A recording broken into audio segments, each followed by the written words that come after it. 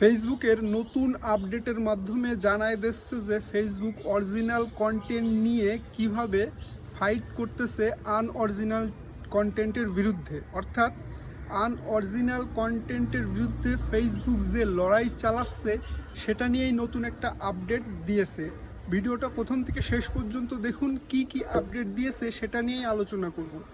So বলতেছে reduce unoriginal content. কিভাবে unoriginal content reduce করা যায় সেটা বিষয়ে ফেসবুক বলতেছে, too often the same meme or video pops up repeatedly, sometimes from accounts pretending to the creator and other times from different spamming accounts.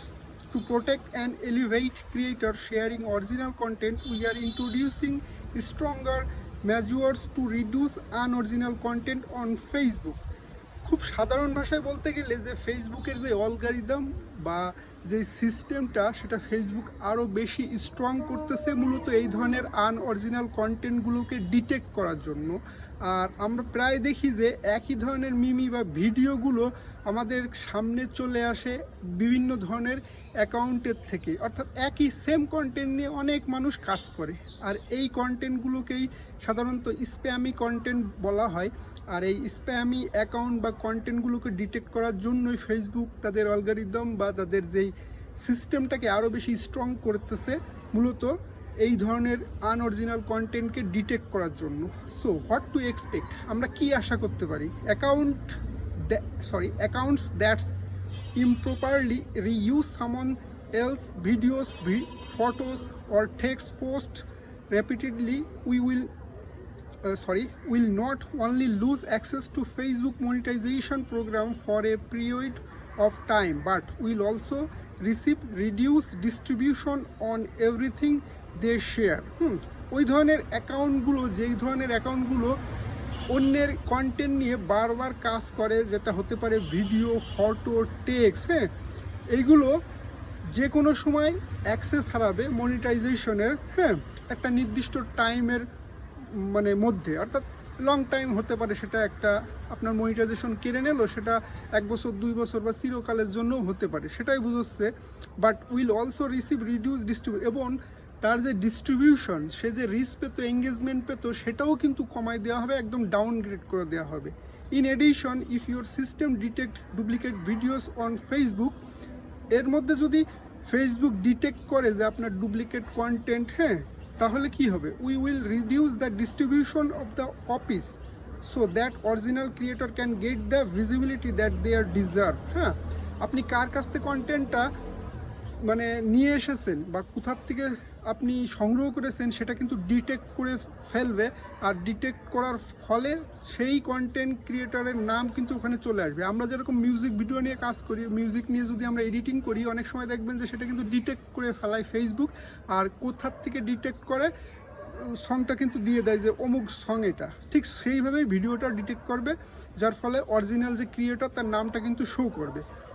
বলতেছে we also testing adding links on duplicate videos that point viewers to the original piece of content. অর্থাৎ আমরা এটাও testing করতেছি যে adding links link সংযুক্ত করতে, কার কন্টেন্টটা আপনি নিয়ে এসেছেন সেই লিঙ্কটা কিন্তু ওখানে সংযুক্ত করে ফেলাই দেবে, এই টাইপের অরিজিনাল কার এই ভিডিওটা সেটা হিসাব করে। So tips to maximize your contents potential, বলতেছে আপনি আপনার যেই কন্টেন্টের সর্বোচ্চ ডিস্ট্রিবিউশন কিভাবে পেতে পারেন, অর্থাৎ রিচ পেতে পারেন, এঙ্গেজমেন্ট পেতে পারেন, ভিউ পেতে পারেন। বলতেছে post original content, that's content you create yourself. বলতেছে যে অরিজিনাল কন্টেন্ট পোস্ট করুন যেটা আপনি নিজে তৈরি করেছেন। Make meaningful enhancement, you can use content you are approve to use from other sources. বলতেছে আপনি ওই ধরনের কন্টেন্ট ব্যবহার করতে পারেন অন্য সোর্সের থেকে সংগ্রহ করে, যেটা আপনাকে অ্যাপ্রুভ করা হয়, আপনাকে দিয়ে দেওয়া হয়, as long as you make it your own through creative editing, যেটা আপনি নিজের ক্রিয়েটিভিটি দিয়ে এডিট করতে পারেন, ভয়েস ওভার নিজের ভয়েস ব্যবহার করতে পারেন, অথবা আপনি কমেন্টারি করতেও পারেন। অন্য একজনের কন্টেন্ট আপনি নিলেন, যদি সে অ্যাপ্রুভ করে না এটা আপনি ব্যবহার করতে পারেন।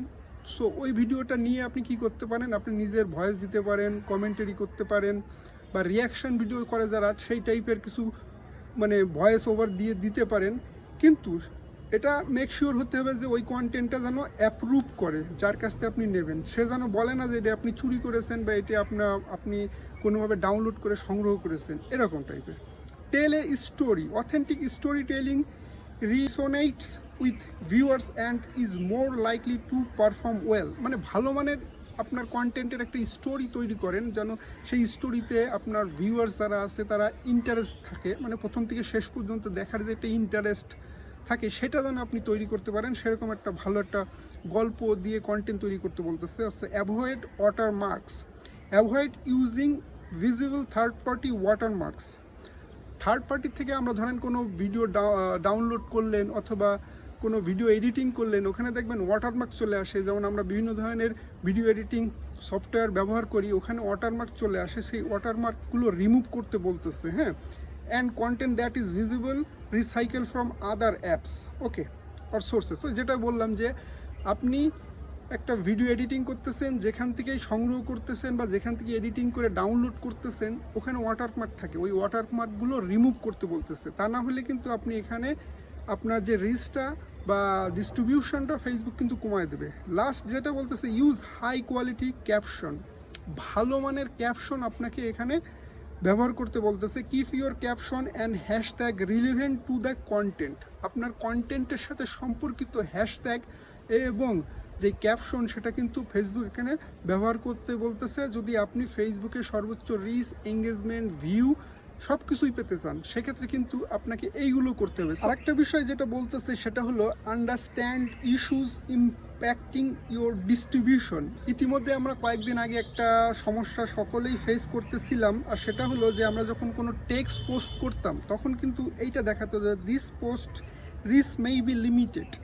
এই ধরনের ইস্যু যদি আমরা দেখতে পারি তাহলে আমরা খুব সহজেই ফাইন্ড আউট করতে পারবো যে আমাদের সমস্যাটা কোথায় হচ্ছে। এখানে ফেসবুক কিন্তু বলেই দিচ্ছে যে if you are having trouble understanding why your content is not getting distributed on Facebook, check out our newly launched post level insights in professional dashboard.